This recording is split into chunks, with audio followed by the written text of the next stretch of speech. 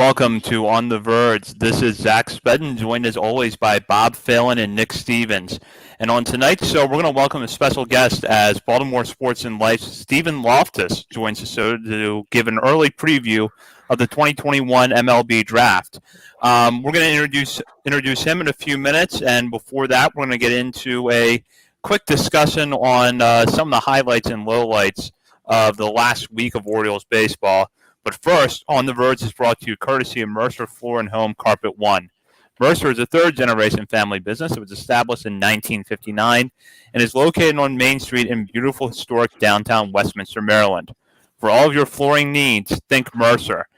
So we're recording this on Wednesday night in what was supposed to have been the third game of the current series between the Orioles and Seattle Mariners, but that game was postponed due to wet conditions here in Baltimore.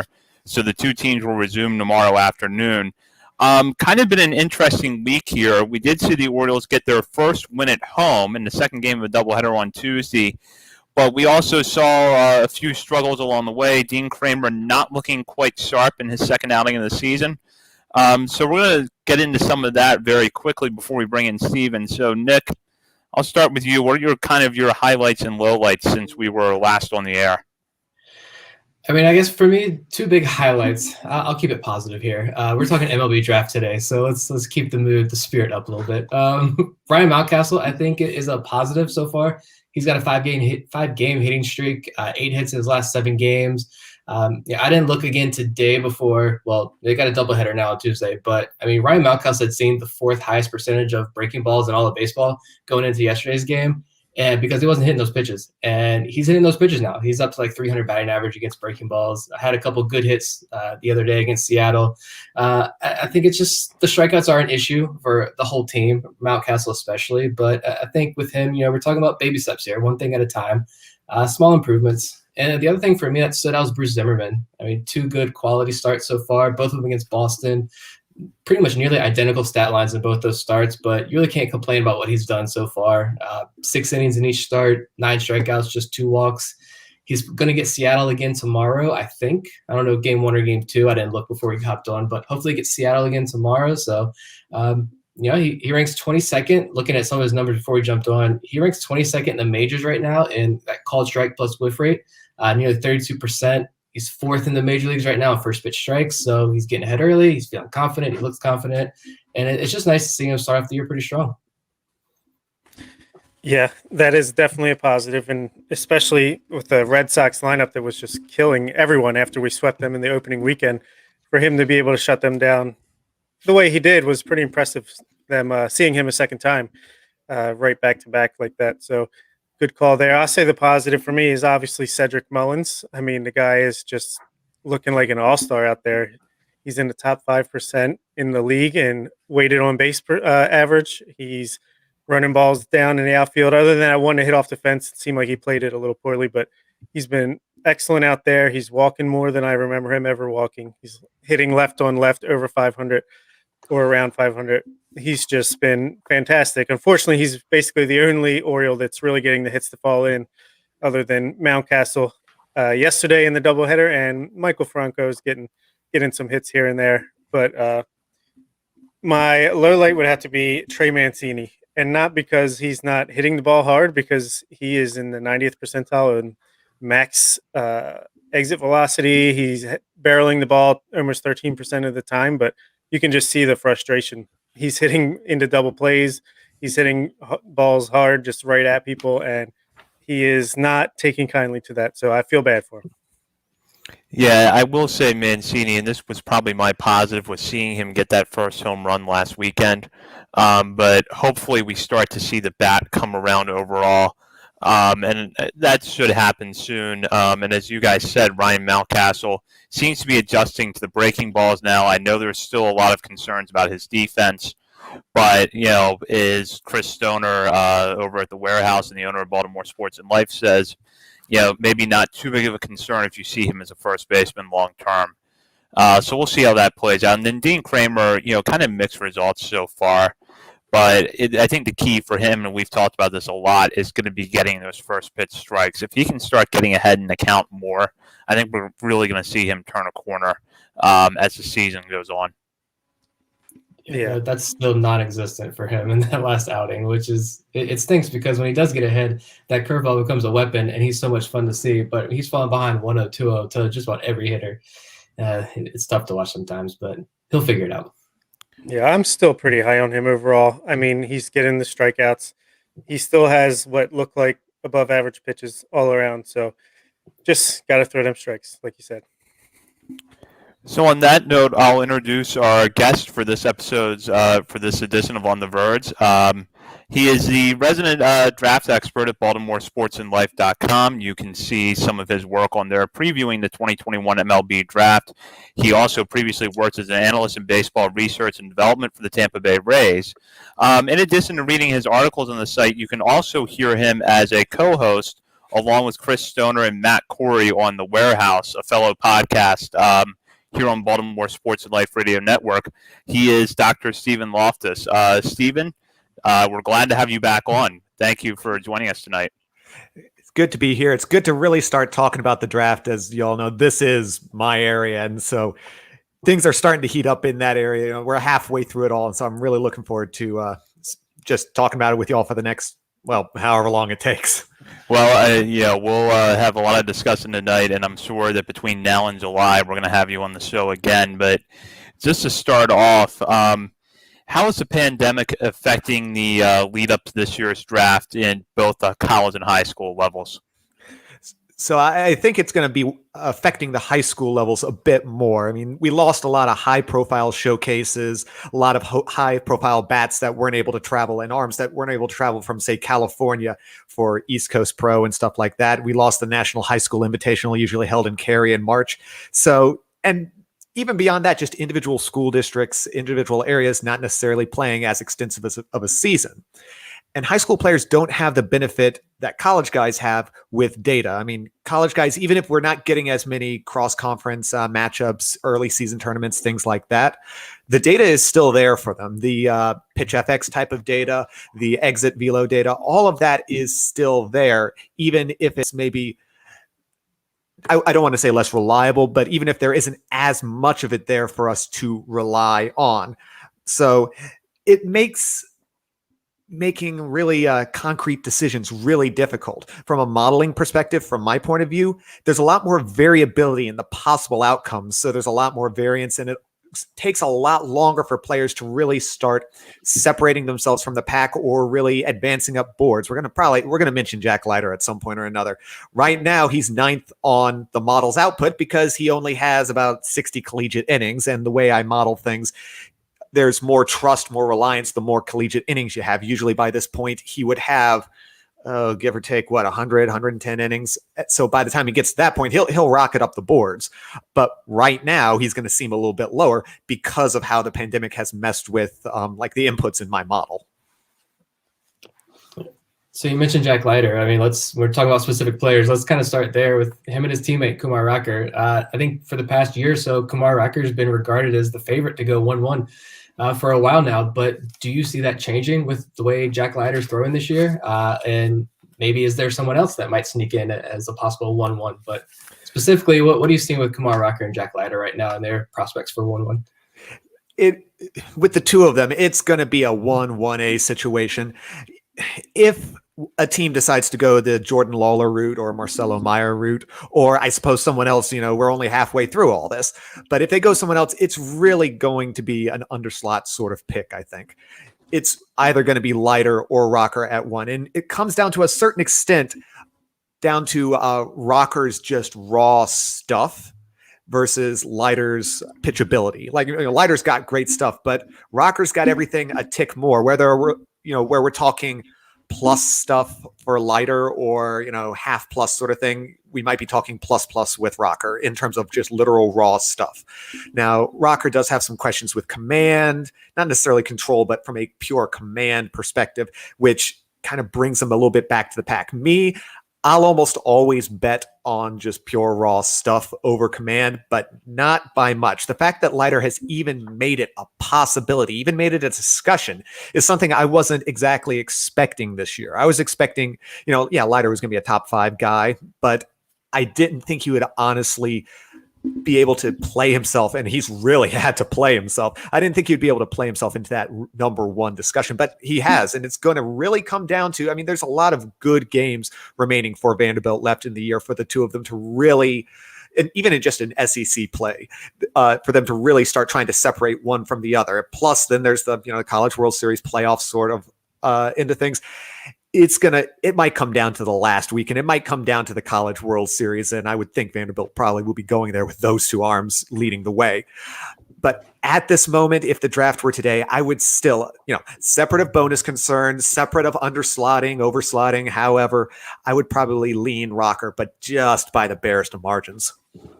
Follow up to that, is there any worry about Rocker's velocity the last couple of weeks? I know he's been down sitting between 90 and 93, whereas before he's been mid to upper 90s. I'm not worried yet. If it keeps on going, Vanderbilt might pull him for a few weeks, make sure, give him the medical end of things. But teams are going to have that information. I mean, the top 50 or so players usually have their medicals sent around to all the various teams. And that's where you start seeing things, especially with, a pitcher that is a power pitcher like Rocker. I mean, pretty much every pitcher is going to have a Tommy John sort of situation, something go wrong with the UCL at some point or another. So they're always going to check those medicals. It's going to be a very careful thing. I remember in 2017 with the Rays, we were looking at Drew Rasmussen, who had just in like maybe a month before the draft come back from Tommy John. And there was a lot of discussion over those medicals. And if Rocker's velocity still kind of continues to be a little on the downside, comparatively speaking, I mean, he's coming from a pretty high place to begin with there. Sure, yeah. Teams are going to be on top of those medicals, searching through them, having the staff in there, and, they'll do their due diligence. At the moment, I'm not worried just yet, but that could be the thing that ticks Leider over him at number one. Yeah, so we know the big four, the top four that seem like they're going to go right before the Orioles pick at 5, which is Lawler, Leider, Rocker, and Mayer. But according to your model, who are some of the top 2 or 3 biggest risers to pay attention to now that we're getting into the heart of conference play? So this is a really interesting spot because so in my view, there is that top 4 tier, the 2 Vanderbilt guys and 2 high school shortstops. And that's going to that's what teams love. Big arms, high school shortstops with a lot of room to grow. After that, there's a lot of variations that the Orioles can go off of. And the thing is, a lot of them are routes that the Orioles haven't really pursued in the past. The last few years, we start thinking about, corner bats, especially corner outfield, a lot of power. Who cares about strikeouts to a certain extent? But that guy really isn't quite there. I mean, we'll probably talk about Sal Frelick a little bit, but he's cooled down a little bit in the last few weeks. There's a few worries there. The guys that have risen to top for my model that are right there, that are within that sort of range where they could be considered at 5 are Henry Davis, catcher out of Louisville, who has just been on fire and has an incredible cannon for an arm. There are questions about his receiving ability, maybe a little bit, but with the way that baseball seems to be going with the advent of the robot strike zone, as it were, framing might not be an issue, and catcher defense suddenly becomes about blocking and a cannon for an arm. And Davis has that, along with a bat that no question can play behind. It can play anywhere, but especially behind the plate. So he's one guy there. Gunnar Hoagland out of Mississippi. He's been the player who's improved his stock the most. I mean, he has rocketed up Baseball America's rankings up about 10 spots since the start of the year. In my model, he's added a full win, 10 runs worth of score. He's, where is he now? He's 7th in my model at this point. And he's striking out guys at an incredible rate and walking, he's matching Lyder basically in strikeout rate with about half the walks. I mean, we're working a 6-to-1 strikeout to walk ratio with Hoagland, and he's doing it against that SEC competition. So, but again, that's not a route the Orioles have really taken. Another guy that's been a big riser, really interesting to watch because he comes from a smaller conference, is Sam Bachman. And, I don't want to say he's come out of nowhere, but I mean, the huge jump that he's made, I mean, in my model, going from 49th to 17th, I mean, improving by 8-9 runs, that's hard to do in a mid-major sort of setting there, because you have to not only have to perform well, but honestly, you have to dominate that competition because, I do all my adjustments to bring back the kind of mid-conference high performers due to the strength of schedule into things, but he's continued. After a certain point, you just got to respect the stuff, respect the stats, and Bachman has that. He might have a bit of a ceiling on him just due to that competition and due to that kind of questions that are going to come with that. But I said Ohio. Joe Rock's from Ohio. He's another riser that's come out there. Bachman's from Miami of Ohio. But if Miami, Ohio can get into the NCAA tournament, can get into some postseason, and Bachman can really put up that same type of performance against some bigger conferences, that could open a lot of eyes. That could really push him into that next level and into an interesting spot. So there's tons of other risers, but those three are three that are really interesting around that number 5 spot, depending on how the Orioles really want to attack this. And again, there's just so many routes that they could go because the traditional kind of guy that it seems like they've particularly focused on this year isn't really there, or in Frelick's case, my model has a few questions about his numbers and his ability to stick in a few places. So it'll be interesting to see what happens. So the one thing I think that is kind of coming together as a consensus a little bit seems to be that in some order the top 4 prospects are Rocker, Leider, Lawler, and Mayer. Is there any chance that Jordan Lawler or Marcelo Mayer fall to the number 5 spot for the Orioles? There's a chance. If the draft were today, I'd give it maybe about like a 33-40% chance. If they fall, it's probably going to be for similar sort of reasons that the Orioles might pass on them, the whole underslot question. Because if they fall to 5, they're not going to take a discount. They're just not. And so that would require Elias and them to pay up, possibly overslot for the Orioles, which has not been a route that they've traditionally gone. Now, there's lots of discussions, lots of thoughts about if Elias and Majal are really going to go that overslot route, or would even consider it just based on past history, both with the Orioles and the Astros. But in general, Elias and Majal I have confidence that they will make the quote unquote right pick. If the right pick based on what their model says, what they think they can build later on, what they can put together later in the draft, if the right pick is to overslot, they'll go overslot. If the right pick is to take a pitcher, probably more likely a collegiate pitcher. High school pitchers are just incredibly risky, and pretty much any model is going to really knock them back. But if it's a pitcher, they'll take a pitcher. I trust them to make the right pick. And so, again, there's a chance that Lawler and Mayer, one or the other, falls to the Orioles. If it's Lawler, I think there's a higher chance that they would actually take a shot at that.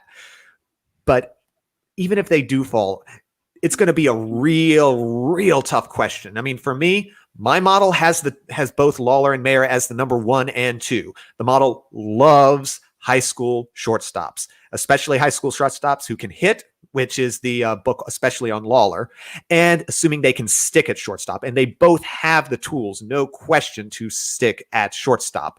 Right now, the model likes Mayer just a tick more, but honestly, there's enough variability that you could go either one, and the model would be fine with that sort of thing.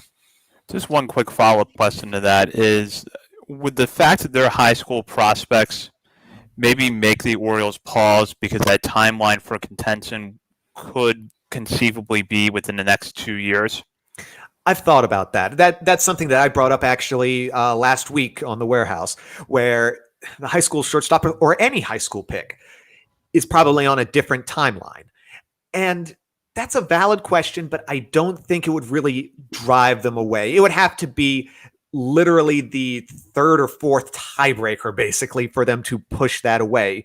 Because you could also look at the same sort of thing. If the Orioles start contending in the window at the next, 3 years, maybe, hopefully, cross fingers, then Lawler or Mayer could be the type of guy that continues that window as they're having to make harder decisions on free agency, on guys that, started out in that contending window, but now are moving on or getting too expensive or things like that. So there are multiple different ways that you can go on it. I don't think it would drive them away necessarily unless they were just really picking nits at that point. Is a guy like Brady House in the same stratosphere as those two, or is he a step below? Step below, but the high school shortstops, the top of the high school shortstops this year is incredibly strong. I mean, there's 5 projected in the first round between Lawler and Meyer, right at the top, Brady House and Khalil Watson. So there's, I was, taking a look at videos on YouTube today, just looking over the guys before in preparation for today's podcast. And Khalil Wilson has just incredibly fast hands, incredible bat speed, and he hit just an absolute monster of a home run, turning on an inside pitch from the left side, just pulling it out to right field. Beautiful, beautiful swing, and he generated an incredible amount of pop. I mean, did I say Wilson or Watson? All these names are starting to run together. I think it's Khalil Watson. Khalil Watson, he's 5'9", but that bat speed, is able to so much make up for the lack of, traditional power size that you expect to see there. So the two of them, and then Isaac Pacheco is further on down in the 20s, but, we're looking at like a 6'4", 210 type of guy, big, pretty left-handed swing. There are a couple of good left-handed bats at shortstop this year that, again, not the same stratosphere as Lawler and Meyer, but incredible talents. And the teams that get them, that decide to go that high school route, are going to get a lot of bang for their buck no matter where they pick those guys, especially if they can continue to move along as the season's going on. Brady House, there are going to be some questions because it's, of all of those guys, he's the one that there's the question if he'll stay at short. There's a little bit more thought that he's going to move off it to third, but I mean, he comes with possible future 70 power. So, who can complain about that if he does move off short? I mean, that'll play at third. That'll absolutely play at third. Nice. I think that was a pretty good recap of the high school guys. I mean, I think I've had a chance to watch at least once most of the guys, like the top 100, the college players, but it's good to get info on the high school guys. And I just want to shout out at Locked On Orioles, who asked kind of about, I think you answered a lot of these questions that we got from some of our Twitter followers, but Locked On Orioles, who asked which high school players will be targeted this year. A lot of great shortstops there. Are there any other high school names out there that you see going in that first round, or maybe maybe early round targets for the Orioles? So it's going to be real tough. I don't necessarily see the Orioles going high school unless Lawler or Meyer falls, or if someone does make a jump later on. There's still a lot of other first round names that aren't necessarily shortstops. There are a few pitchers in the 15 to 20 range. Let's see. One of them's who is it? Bubba Chandler is a Clemson recruit for football and baseball, so he'd be a hard sign, but he's been a huge riser. He's moved up 70 spots in Baseball America's latest ranking updates and has similarly moved way on up the model, but he's a pitcher, so there's obviously questions there. High school catching is surprisingly deep this year. There are a couple of guys ranked in the back end of the first round, and I mean, high school catchers, one of them's a guy who's got like 65, 70 sort of speed, which for a catcher, I mean, that'll play, you could move him out to center field with that sort of speed, assuming he's able to read the ball. But the only guy that could be interesting, and I've thought a little bit about him now and again, is James Wood. So corner outfield guy, or at least I tend to think he's going to wind out in the corner outfield. But I mean, huge dude, like 6'6", 230-ish, give or take. A lot of power. There's a bit of swing and miss in the game that generally, of course, is going to come with the power. But he moves fairly well. And there's a thought that he might be able to stick in center field. And if you got a 6'6" power hitting center field who moves, like, we're not talking 70 grade speed or anything, but we're looking, let's see, a 6'7", 60-yard dash. So, I mean, that's well above average speeds, 55, maybe, push it to 60 depending. But if that can stick in center field, that's an incredibly elite talent. So right now he's just outside the top 10. He started the season ranked in the top 10 by Baseball America. The model loves especially, physically mature high school guys, no matter where they are on the field. But if he can stick in center field, that's one other guy that could be interesting. The swing and miss is a little worrisome, which is, again, why I don't necessarily see the Orioles jumping on a player like that unless he really is willing to go for an underslot. But he's probably the other high school guy besides, the shortstops that could possibly go in the top 10. So let's switch gears to the college level and let's talk about Sal Frelick. I think he's a guy that I've been hearing a lot more of, maybe just in preparation for the show. I've been noticing the name more, but he seems to be a guy. I know MLB Pipeline talked about him a lot recently, saying, because of a lot of the college bats seem to be not producing as well, maybe so far this year, but Frelick did have that hot start. So maybe you see him rise up the draft boards a little bit.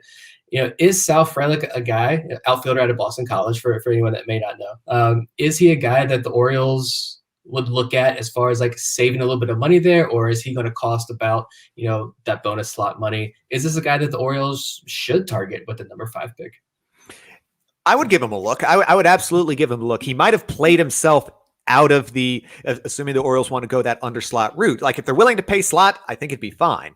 But if they're trying to go under, really save money, he might have played himself out of that. Like he's moved up to 6 in Baseball America. My model's not as high on him because he's cooled down. So literally in the last 2 weeks, he's gone like 6 for 29 with only a single extra base hit. And that's not going to look good. Like that doesn't play particularly. And that's really reined him in. I mean, heck, 1 week ago, I'm pretty sure I had him. So right now the model has him 24th. A week ago when I did the first update of the model since the preseason, I think I had him about 16th. So just that 2-week span really knocked him back a lot. But a lot can change, obviously, in a 2-week span. If he's able to get back up there, he's a guy that I'd consider. I mean, he's most likely going to stick in center field. He's got more power than his size would necessarily. Again, he's 5'9", 180-ish, give or take. And he's got a lot more power than you would necessarily expect. He's got some speed. He's got a little bit of pop. He can definitely play in center field. Again, up the middle, if you can get a little bit of pop, some power, and decent defense in center field, sure, that's absolutely a top 10 sort of pick and a type of guy that the Orioles can absolutely work with, especially given the many options. But again, with those many options, if there isn't a standout player, if the Orioles don't see a standout player, go for the guy that will, provide you the most amount of cost benefit sort of thing. The guy that can give you that same sort of level of expected production, but, take 800,000, $1 million less necessarily. And I'm not sure if Frelick's going to be that guy, especially if he continues to produce. Yes. And he's making. I was looking at some of his numbers earlier today too, and 49 walks to just 37 strikeouts and 84 career games is pretty impressive. I like that. That would be a switch for the Orioles. Agreed. Yeah. Yeah, that would look good in our lineup right about now. Amen. We talk a lot about Elias being a big fan of up the middle college bats from major conferences. Is there enough sample size to really get a read on this front office's draft strategy? So it's really interesting from the perspective of up the middle major conference bat. There certainly is enough sample size because frankly, everyone loves that. Everyone loves the up the middle guy because of the defensive spectrum. If you got the guy that can play shortstop, he can move to second base, third base as need be, assuming that, the bat plays. Center field, if the bat is good enough, but they really can't stick it in center field, move them to the corners as long as the bat can play. And, major conferences, of course, like that's where you're going to see the best collection of talent. Those guys are going to go to the Cape. They're going to go to the Northwoods League. They're going to go to those major summer leagues, and they're going to see that elite competition. So there is a certain level of trust there with those big conference bats. So yeah, there's enough sample size for that. What there isn't enough sample size really to see at this point is deviations from that. Because again, everyone loves that sort of end of things.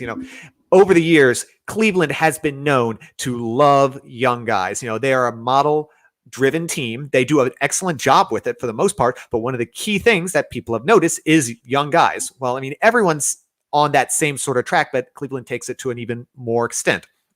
Orioles, same sort of thing. They like young guys. They like major conference power bats. Everyone does, but we don't have enough information to really see where the deviations are. The closest really to it is their lack of worry about strikeouts, I guess you could say. Like, they lean power. I would say they tend to lean power over hit.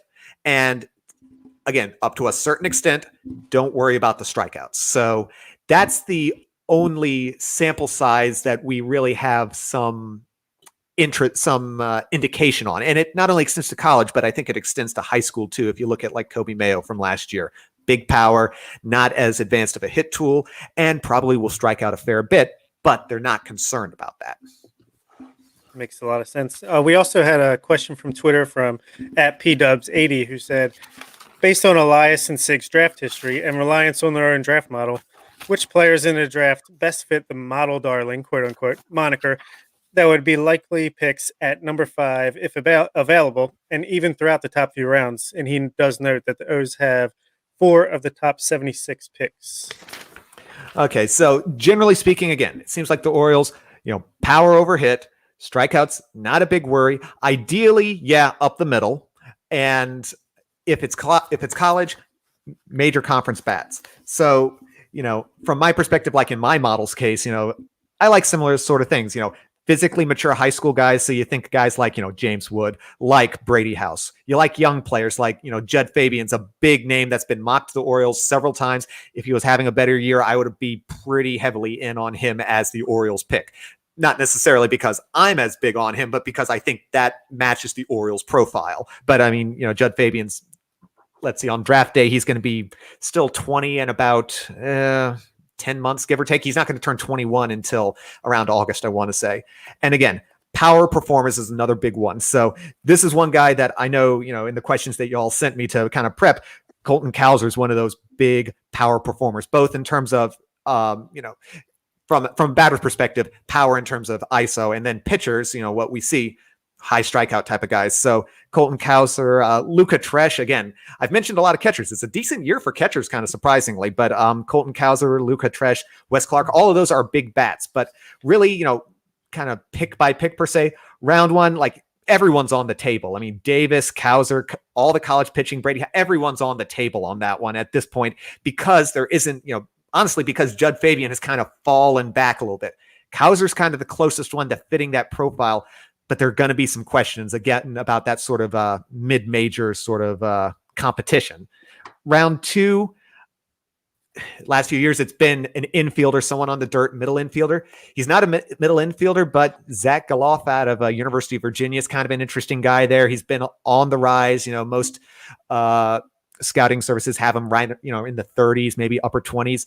My model likes him right around that same range, give or take. So he's a guy that could be really interesting in round 2. And the comp B round 3 sort of thing. This is where you could start seeing a couple of pitchers. Maybe there's a lot. I mean, honestly, there's a lot of prep bats out there. If they want to go high school, there's honestly too many options to really narrow it down.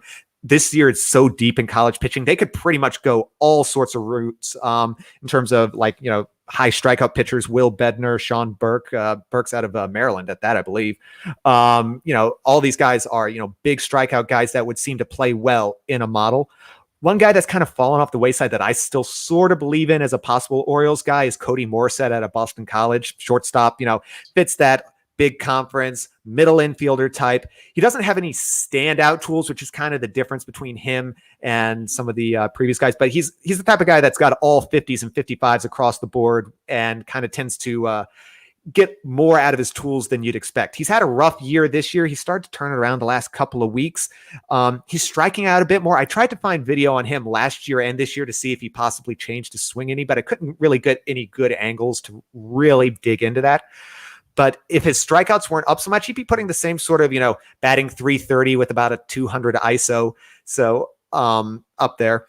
So, I mean, he's got to come back a little bit, but he's a guy that if he's there in the 50s and he's, turned things a little bit around this year and not batting 240, which is about where he is now, 260. If he turns that around, he's a guy that I could see also in that round 2 range as being maybe not a model darling, but one that kind of follows the Orioles pension, especially around that round 2, 30, 40, 45 range sort of thing. So we have another question from Twitter at Orioles Tweets.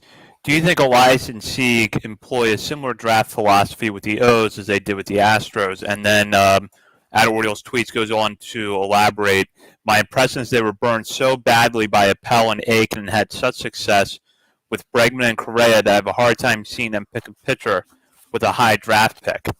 So what are your thoughts there? Do you think that that's something to be said for that? To a certain extent. I think I agree that it's probably less likely that they would pick a pitcher with a high pick, but I don't really think it has anything or as much necessarily to do with being burned by Appel and Aiken. So really trying in some ways, I sometimes think we look at the Astros too much to try to glean too much information on Elias and Majal's past. I mean, it's kind of like, because every ownership situation is different. It would be like with the current Houston GM, James Click, my former boss down with the Rays, trying to understand what he's going to do there based on his time in Tampa Bay. The ownership situation there is different. The resources there are going to be different, not only financial, but also data resources. The extent to which there is scouting and analytic cooperation is going to be different. And while the GM can, yes, drive that discussion, there are always going to be outside voices that they didn't necessarily bring in, sometimes from ownership, sometimes from coaching staff, that are going to really complicate the kind of driving in of things. So, but let's look back at the Astros, what they did. So a lot of the Astros trends were mimicked or mirrored. Mimicked is the wrong term. Were mirrored. Were seen at the same time by a lot of different organizations. The Cubs, the Rays, the Dodgers. A lot of these teams kind of went on that same sort of routes. Cleveland's another one as well. Like, focusing on bats, because bats, generally speaking, are going to put up more value, especially college bats where we have more information. Up the middle, downplaying, downplaying just arms in general at the top, focusing on age. All of this are things that a lot of the analytically forward organizations tended to do. And at this point, it's pretty consistent across the board. So again, I don't necessarily think that looking at Houston specifically is going to give us too much information. Like, the thing that the Astros were kind of more ahead of the curve on, or ahead of the mindset on, was the whole idea of the underslot and using that and pushing that down, pushing that money down the lines and spreading it out. But every organization is now in on that. So again, I think we look a little bit too much at the Astros and really should look a bit more at overall baseball trends as a whole, especially among the more analytically forward organizations. But again, I said this earlier, I trust Elias to make the right pick. 2 years ago, when Adley Rutschman was up there at the top, they didn't mess around with that. They didn't think about underslotting. They took the best player. So if Rocker or Leider, for some reason, didn't have arm trouble, say Rocker's velocity comes back, continues to put up numbers, if Leider continues to put up numbers and they fall to 5, there's going to be a lot of discussion there, because at that point, there is less idea, pitcher value is a harder thing to quantify, a less consistent thing. Rocker and Leider are still going to want big money in that sort of way. So the discussion really gets interesting there, whether you then go for an underslot, spread the money around, or do you go for the best player available, like that mindset usually is. But it's not going to be because Carlos Correa turned out well in Houston, or because Appel and Aiken fell apart. It's going to be because it's ultimately the quote unquote right pick based on overarching overall trends that pretty much the majority of analytically forward teams will be working off of. So there is some of that, look at the Astros, but in doing so, I think we're focusing too much. Look on baseball as a whole. So again, it's not, we can get some information there, but again, I just trust them to make the right pick, whether that's an overslot, an underslot, pitcher, or taking Henry Davis as catcher, even if we have Adley Rutschman, the best catcher that we've seen best young catcher that we've seen in a long, long time. If that's the right pick, they'll do it. So that pretty much answers Jason's question here. Will the Orioles draft the best available guy, or just draft for need? And I think they're going to draft the best available guy. Best available with the note that cost considerations come into play. Like, I don't think they're going to be drafting for need. But you don't do that in baseball. You don't draft for need, because even the best players are 3 years down the line, and who knows what you're going to need in 3 years. But yeah, much closer to the best player available. So I wanted to talk about Gunnar Hoagland for a minute, because he was someone you mentioned early in the show as someone as a riser. You talked about him last week on BaltimoreSportsAndLife.com. If I'm thinking that this is the year that the Orioles buck the recent trend under Mike Elias and they take a pitcher with that first pick, is Hoagland a guy I should be looking at? Absolutely. Like, he brings so much that you really want to see. Like, he's got a starting pitcher's frame. We're looking 6'4", 220. That type of body can stick up to all of the, the starter workload, even maybe, there's the whole old school starter workload, and, who knows what starters are going to look like, or what Major League Baseball is going to rule and legislate. I mean, I don't know if you all saw recently the whole idea of possibly the the double hook, the whole thing of when you pull your starting pitcher, you lose the DH, and that could maybe mess with how teams value starting pitchers. But Hoagland can stand up to a starter's workload in today's baseball, and I think, down the line as well. Now, as he brings up the stats, like he strikes out guys. He's striking around 40% of guys, walks a little under 10%. So like he's putting up a great strikeout to walk ratio. He's even seen a slight tick up in velocity this year. Like before the year, they were talking like topping out at 93. Most of the guns that I've seen him at, we're not topping out, working at 93, topping out at 95, 96. Most of the guns I've seen him this year have him, working around 94, 95, topping out still again 96. I think I've seen 97 once, give or take. He's got a 55 slider, but really he gets a lot of strikeouts, a lot of swing and miss off of his fastball, which is pretty impressive considering it's not like 100-mile-an-hour thing. Like it's got good movement, good ride. It has all that you'd want to see out of a starter's fastball. He complements it well with that slider. He'd fit in well in the system, no question. From a player development perspective, because any pitcher, especially pitchers, in my opinion, come in needing a lot of care from the player development point of view. So from player development, if we can add a little bit more velo consistently, like you've seen a tick up again, 93, 94, 95 is most of his working stuff. If that could become more consistent, that'd be great. Tighten up the slider just a bit, and really key one is developing a changeup, not to be an out pitch or anything like that, but be a legitimate third offering to make batters respect the fastball even more than they already do. So he's a guy that could absolutely fit in the system. And he's a guy that, assuming he's willing to go for the right price, could be a good guy for the Orioles to really kind of focus in on, assuming they're willing to, admittedly, take on the risk of the lower production that pitchers generically have and the extra injury risk that is just ever present with pitchers. So we'll go from SEC pitcher to mid-major bat. And let's talk about Colton Cowser. You mentioned him earlier. Looking at some of his numbers now, for people who may not know, Sam Houston State outfielder. Right now he's hitting 351, 12 home runs. Again, more walks and strikeouts. You'd love to see that. 24 walks to 23 strikeouts. But a 6'3 lefty out of the Southland Conference. I know it's not a baseball powerhouse. So those numbers, take them with a little bit of a grain of salt there. The more I read about Cowser, I see a lot of, maybe he doesn't really have that line, or he has more of a line drive swing instead of a home run swing. And maybe he probably doesn't stick at center field, or you probably have to move him off the position there. The arm may not be as good based on some of the things that I've seen. I haven't watched him play. I think he's the top prospect I have not watched anything on yet. So that's just all reading what I see from other people who are a lot smarter than me.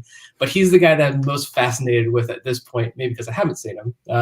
I guess, what are your general thoughts on Cowser as being a possible option within that top 5, top 6 range?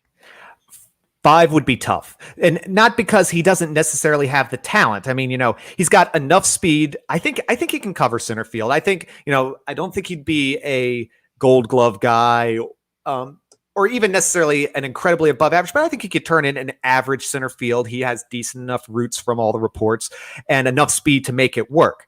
He's got, solid power. Even, he's raked in, as you said, he's raked in the Southland Conference, but like, even when you adjust for the fact that it's the Southland Conference, he's still one of my top guys in terms of adjusted ISO, adjusting it for competition, adjusting it for ballpark, that sort of thing. He still is one of those top guys. So the challenge is, again, kind of the ceiling that the mid-major conferences really bring, in a sense, from a modeling perspective, from a statistical point of view. Right now, let's see.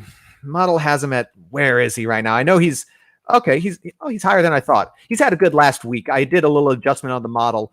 I had him as a pure corner outfielder and made a little adjustment saying that he does have a chance of sticking in center field. That moved him up from, like, I want to say low 20s to, he's now 11th in the model. So the model loves that power, loves that ability, or at least that chance to stick in center field. And assuming if he can stick in center field, again, he's the type of guy that brings all you could want in a center field and more, solid enough defense, a decent hit tool, not quite plus power, but, above average power, 55, something like that. And again, all of that at a premium position. So to really get into that number 5 discussion, unless he is just willing to take an insane cut and the Orioles don't necessarily think he's too much of a downgrade in production, talent, however you want to call it. Assuming those two things, he's going to have to continue to perform. He's going to have to continue to hit at this incredibly hot rate. And he might need a little help. He might need a little help from a couple of pitchers, not even necessarily falling, but not, he's going to need Jordan Wicks to not just continue to just knock it out of the park. He's going to need Adrian Del Castillo to kind of falter just a little bit. He's going to need that little bit of help to really push him into that true number 5 overall discussion, in my opinion, just because unless all things being equal, there's going to be some questions about that mid-major conference profile. All right. So at Ben __ DeWorst had a question along the same lines as I do right here, which is, despite the injuries and missed time while at LSU, is Jaden Hill still someone worth targeting in the second round or so if he's still around? If he's still around, yeah, sure. Like, he's looked horrible this year. He did not look good in his last few starts, no question.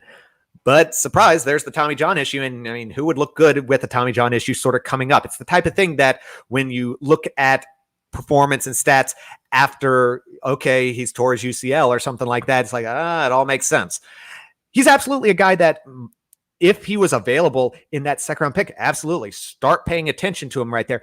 If he was willing to sign, he's the type of guy that, he had top 5 stuff. He was a top 5 overall ranked guy coming into the year. And had he continued at this pace, he would, maybe not be at the same tier as, continue at the pace that his stuff at least suggests. Maybe not in the same tier as Rocker and Leider, but right there. And so asking him to take number 40 money is a tough ask when he absolutely could recover, come back, and regain his status at that top 10 pick. Because, I mean, he might, some people think he has the best, like, pure stuff in the draft. And, yes, there were concerns. He, went into the bullpen last year. There's question about, can he handle the workload, especially now after the Tommy John into things. But he's got a starter's build. He's got plus secondaries. He's got everything you'd want from a front line, top 1, number 1, number 2 starter. And getting him to take a discount at number 40 might be really tough. I don't tend to think he's going to make it there. I tend to think someone will take a shot at him in the first round, late first round, somewhere in the 20s, because the talent would be hard to overlook, even with the questions that come with it. So I don't think he's there, but if he's there at 40 and he's shown, because teams talk to players, teams have an idea of what players are asking when they make that pick. If he shows any indication to just wanting to get signed by a major league organization, getting that process started, getting on, a good medical staff to help with the rehab, help redevelop all that, and he's willing to take that pay cut and he's there in that second round pick, Orioles should absolutely look at him. No question, full stop. So let me follow up real quick on Jaden Hill. For a number of years, because I worked for the Washington Nationals for a while, and for a number of years, the Nationals were the organization that was willing to take the gamble on the guy who was high ceiling coming off of Tommy John surgery. And they did that with Lucas Giolito. They did that with Matt Perk. They've taken their chances. Is there a team that's kind of in that mold that you could see taking a chance on Hill somewhere in the late teens or the 20s this year? Late teens. Who's in the late teens? I'm so focused on the Orioles these days that let's see, draft. I don't care if the NFL draft is in a week. I want the MLB draft order. Let's see, first round here. Late teens. We've got Blue Jays, Marlins, maybe. That might be interesting. The Marlins might be interesting. Blue Jays. I could see the Yankees. I could really see the Yankees taking that shot. Just from the high upside ceiling point of view, the Yankees are sticking in my mind on that one. That, I say, as much as I hate to say it, that seems like an organization that would be willing to take that risk, because we've seen so many pitchers be able to come back from Tommy John. Maybe it's a little bit, maybe their stuff's back a little bit. Maybe Jordan Hill isn't all plus secondaries. Maybe he's down to a plus and an above average. But still, as long as he can keep the velocity and, we've seen pitchers, do fine regaining velocity. Assuming that, he could absolutely come back and be fine. So Yeah, I think the Yankees might be one of those organizations that could take that shot in that teen sort of range, assuming he's willing to take the pay cut, which I would question. Like, he has so much stuff in this, and I think he can come back next year and really establish himself as a top 10 pick if he does come back. Yeah, Yankees or Dodgers will take him. He'll get completely healthy and be an ace. Exactly. I just want to hear what the Ben McDonald broadcast after the Orioles do take Jaden Hill. Oh yeah, he'd be psyched. That'd be excited. So yeah, let's talk about Baseball America's latest mock draft. They had the Orioles taking Miami's Adrian Del Castillo, a catcher. You highlighted Louisville's Henry Davis in your recent article at BaltimoreSportsAndLife.com. I like the on-base ability of Del Castillo. I like the bat, the defensive versatility. It's easy to fall in love with Davis's bat when you watch him play. But I think just for Orioles fans who see catcher next to a potential pick, and maybe especially as we get closer to draft time, if Del Castillo is still being mocked there, if Davis is mocked there, Luca Tresh might be mocked there, what would you say to Orioles fans who raise their hand and say, excuse me, we do have Adley Rutschman? What are these guys going to bring to the organization, and why would the Orioles target a guy like this in the first round? I mean, sometimes you just got to take the best player. You really do, just with how much uncertainty there is in baseball, and catcher especially. Other than pitchers, catchers are going to be just the toughest to project how they're going to do. They sometimes take longer to develop. Even highly rated prospects, they get to the majors, takes a few years for them to really get their feet under them. Now, again, Rutschman's possibly the best catcher we've seen in a dozen years, if not longer, but catcher, I've heard so many times referred to as by writers, or maybe this is back in the day, or referred to as the Dorian Gray position. Like, you look 20, but inside you're 150 sort of thing. Like, you age so fast. Maybe that's going to change somehow with the new rules about how the strike zone is developed. Maybe they decide to mess with the catcher's box somehow and some way of, I don't know how it would necessarily, increase offense, but they're really looking at anything these days. So maybe they mess with that somehow.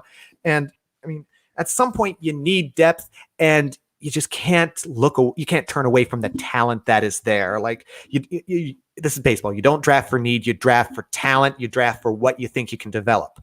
And if you think Davis's bat is special enough to play at other places other than catcher, you draft it. If you think Del Castillo, from an on-base perspective, is going to be a lineup asset, and he comes at the right price, you take a shot at it. And again, I trust Elias to make the right pick, and it could be that right pick is a catcher. That's a good answer. Do we hold out any hope that Jordan Wicks with his changeup, or Sam Bachman with his high-quality stuff and 100-mile-an-hour fastball, make it out of the first round? No. I would love it. I would love to see it.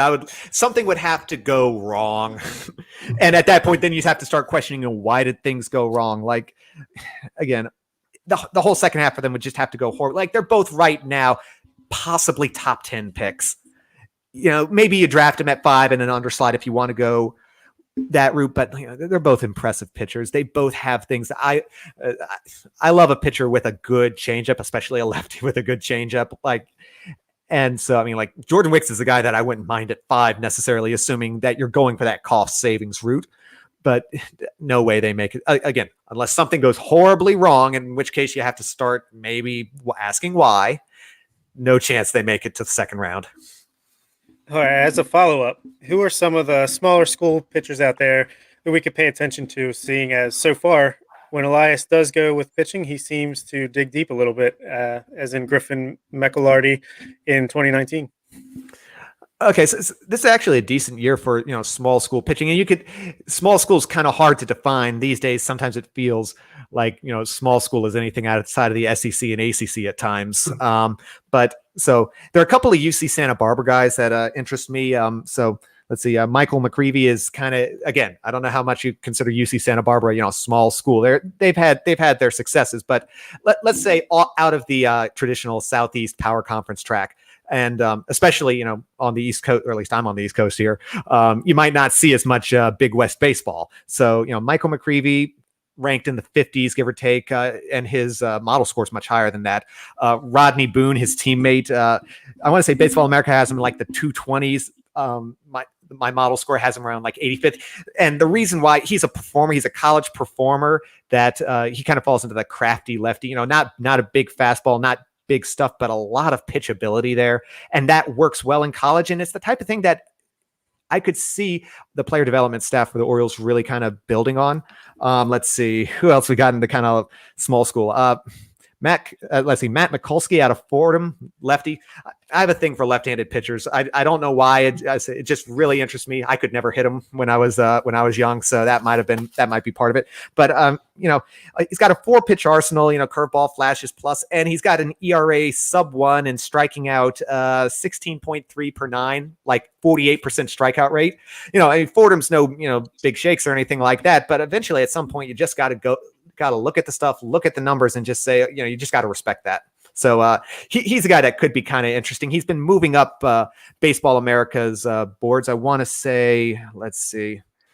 He's moved up to, he's 125th on Baseball America. He's moved up 50 spots. If he keeps on going, he could be an interesting guy possibly at, like round 3 sort of range if the Orioles want to go that route. So go ahead, Bob. Oh, no. I was just saying that was good information. So I know that we've got a good bit of time left between now and the draft, but so far to this point, whose draft stock would you say has risen the most, and whose has taken the sharpest dive this spring? So risen the most, I think it's got to be Luca Tresh, catcher, North Carolina State. Last year, NC State had Patrick Bailey behind the plate, draft pick, all that sort of deal. And so Tresh gets behind the plate. And Tresh had been mostly functioning kind of as DH, occasionally catching. And his bat had played at DH fine.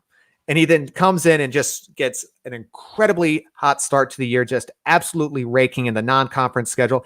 He's done all right at catching, and he's got a few pass balls that are a little concerning, catching about a third of base stealers. Henry Davis is catching half the base stealers, so it's kind of a high bar, but still like a third base run, that's good enough. And he's continued to hit, but he's slowed down a little bit once NC State hit conference play. So that's a little concerning. But from going from he's a bat, but can he catch, rank him, like 125th overall sort of thing. He's now a top 25 guy. He's a first round sort of talent, possibly. And now again, he's got to continue this. His recent kind of slowdown in ACC play does have at least me a little concerned if he can actually perform against elite pitching, or if he was just feasting on your mid-major types. So he's got to continue to perform if he wants to stay in that first round range, but no one's jumped up more than him, no question. Fallen off, so I'm going to stay in the ACC here. So Alex Benellis, Louisville, third baseman. So at the start of the year, before as soon as Baseball America released their ranking, he was a guy that I thought was, picture perfect for the Orioles. Infield guy, maybe he's got to move to first base, but there was enough hope that he could stick at third that, you take that shot. Major conference, big bat, some strikeouts, but again, Orioles aren't necessarily concerned about that. He seemed to be the tailor-made guy. He was at the time ranked like 9th overall. And so with the Orioles at 5, he seemed like a perfect guy if he stayed in that, 9-10 range to be the underslot guy that the Orioles would focus on with a power, conference bat, even if it wasn't up the middle. But he's fallen off. Like, he just hasn't really performed well. Like, he's still got a 260 ISO. He is still hitting with power, but it comes with a 231 batting average. And that's just too much of a question mark, especially with, Orioles might not care about strikeouts. I do. And, when you're striking out 22% in college and batting, 231, it's just too much of an ask for me personally, especially when he's walking at like a 9% rate. If he was walking around 15%, I would care less, but there's enough questions with everything else. He's gone from a top 10 guy to maybe he slips into the first round at the back end. And he's got to perform. He's got to finish the season strong to really be able to stay there, because he doesn't have that premium position defensive placement that would possibly paper over some of those problems. Yeah, he was my prediction preseason for the Orioles to take, but maybe we get him in the second round now. Yeah, I'd be fine with him in the second round. Like, maybe it's the type of thing, player development is a wonderful thing. The draft is just one. It's a large piece of the puzzle, but it's just one piece of the puzzle. Player development can do wonders with players, and maybe player development could, get with him. Maybe there's a change to his swing that they can make. I haven't dug too much into his, comparison side by side last year, this year, or last year is a bad example because he had an injury. So freshman year when he was only batting like 280, 290, something like that. Not incredible, but 280 and 300 ISO, that'll play. 230 and a 260 ISO, that's a bit tougher. So again, I haven't had a chance to really look side by side, but maybe there's an adjustment that he could make that player development could work with him on. Again, I'd be fine with him in second round if he falls that far, assuming again things don't just crash and burn. So we got another question coming in here. Well, this would be separate discussion, but Jason has an interesting question here, which is internationally speaking, any names on the Orioles radar now? That one I'm not sure about. That's out of my realm. Nick, didn't Baseball America tweet something about we were in on a couple guys that were in the top 30 or so? Yeah, I know they had that one piece recently looking at the early top 20. I don't think they had their list. That was something Ben Badler put out. I don't think that was something that was talent. I think he followed up with a tweet that said, this isn't the talent ranking, but this is kind of how sort of is. It's based on who they were projected to get the most money next year, and the Orioles are connected to a guy who's 15, 16 right now. I don't know his name off the top of my head. But I just did a little Googling on that one. So they just released their 2021, 2022 rankings about a little over a month ago. One guy that the only time the Orioles get mentioned on these in this big board is a guy named Braylon Tavera out of the Dominican, outfielder, 16-year-old, 6'2", 180, center fielder. Wow, 6'4", 6'4", 60-yard dash. So that's some plus speed there. Wow, come on down. So for those that are listening to this audio recording later, they're wondering why we're responding to things kind of in real time like that. And Bob can give a little bit of background here, but because we do a live video stream now, our listeners can actually ask questions in real time. Yeah, I mean, every Wednesday around 6:30 most of the time, we will go live on YouTube, Facebook, and Twitter. So if you see us on there, hop on, ask a question, and there's a very good chance we're going to answer it. Yeah, and I think Steven set an on the Verge record tonight for not just the number of guest appearances, you're now at 3, but then for listener questions. Fan interactions, they're showing up for Steve. Hey, I'll take it. I love answering. I love talking about this stuff. I mean, I'll be honest, like before I started working with the Rays, I paid attention to the draft a little bit, but it wasn't really an area of focus. At this point, it's my area of baseball that I love digging into, trying to find this sort of stuff. I'm a statistics professor in my day job. Once the semester ends in about 3 weeks. So right now, the only players that I got model scores for right now are in Baseball America's top 300. At that point, I'm going to start at the end of the semester, I'm going to start digging into figuring out who's eligible that isn't ranked and start trying to dig, into those, like, who do we take in the 15th round sort of questions that could be, small conference performer bat that isn't ranked. I love digging through this stuff and I find it absolutely fascinating. It's one of those areas that have, I don't want to say we haven't figured out any part of baseball, but there's been so much focus on hitting, on pitching, especially recently the research in like seam shifted wake or, all that sort of stuff that's come out in the last year. But the draft is still so much of a question mark. Once they kind of dig in that, then we have to get into figuring out international end of things, which, I mean, who knows on that one, but I love talking about this stuff. I mean, seriously, bring on the questions by all means. Absolutely. It's disappointing too. I don't know what your opinion is about this going from 40 rounds to 20 rounds now, and it seems like we're going to be stuck at 20 rounds at the most moving forward. And I think it's kind of disappointing because I went to JMU, so small school, right, but they've produced some draft picks recently, and it's things for kids like that, and those like guys like you seem to be most interested in. That I also enjoy finding those diamonds in the roughs. Like, how many of those guys are we going to miss out on now? And it's I don't know. Yeah, I mean, I don't think we're going to be stuck at 20.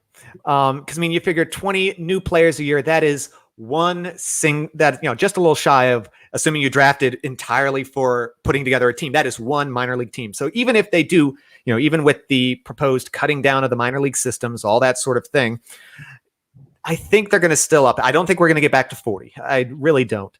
I think it'll get to 25 at some point. maybe 30, but I think 25 is where it's going to wind out falling in the end. And that's going to be a major part of the next CBA, I'm sure. All the discussions, well, maybe not a major part. They got too many things to try to iron out others, but it's absolutely going to be a discussion. There's probably one side's going to use that as a bargaining chip, and it's going to go back and forth. But I think they're going to wind up settling on 25. Maybe the Players Association could convince them into 30 rounds sort of thing. But I don't think it'd go further than that. And it is a shame. It really is a shame to lessen that pathway, it seems, for especially smaller school guys, the D2 guys, JUCOs out of Florida. That was something that just absolutely opened my eyes when I got into the race. How much talent comes out of JUCOs? Like, closing off that path really is unfortunate. Yes, there's a lot of questions between now and the draft, but Stephen has really covered a lot of ground tonight. We appreciate him doing that, and I know we're absolutely going to have you on between now and July when the draft takes place. But in the meantime, tell our listeners where they can read and listen to your work now that you're a co-host here on Baltimore Sports and Life Radio. Yeah, I guess I am. I've been doing that, I guess, maybe about 6 weeks now. Still kind of odd. So we record on Thursday night, but it usually comes out on Fridays. Co-host of The Warehouse with Chris Stoner and Matthew Corey. My writing shows up, let's see, at this point of the year, about once a month is when I'll update model scores on Baltimore Sports and Life as we get closer. Once we hit June, I'll start doing probably a couple articles a month. When we hit July, just start looking on the site every couple of days because I'll have an update with every single bit of new information or, digging into the 15th and 20th rounds at that point. But also, this is one thing I need to do ASAP at this point, but so I don't always post my full model output because, getting a list of 300 players is not exactly the best place to put it in an article, but my scores are all posted at Sabermetric Sandlot, which is my own just personal blog where I have the full scores. I'm in the process of trying to get together individual player pages that has, the bio info, their adjusted stats, all that sort of thing. That's, again, on my list once the semester ends. But you can find the information there. Sometimes I'll post little updates about, who the risers and fallers are during the week. But I guess I better go update that now since people might start looking at in the next 24 hours or so. Well, we really appreciate your insight. Thank you so much for coming on, Stephen. And as we mentioned earlier, if you happen to live stream on The Verge when we record, typically Wednesday nights at 6:30 Eastern, you can send in a question while we're on the air, and whether it's a guest like we had tonight with Stephen or if it's just Nick, Bob, and I, we'll try to get to your questions on the air. So we'll be back next week with a new episode. In the meantime, be sure to check out BaltimoreSportsAndLife.com for the latest articles, including Bob's 3 Up, 3 Down piece for this past week, which went up on Monday. Nick and I will have some stories up there as well in the future, and Stephen will. So be sure to check that out and hop on the message board, and also check out our Ravens covers and some of the other general sports covers we have over at BaltimoreSportsAndLife.com. And continue to follow us on Twitter at BSL on The Verge. Thank you for listening.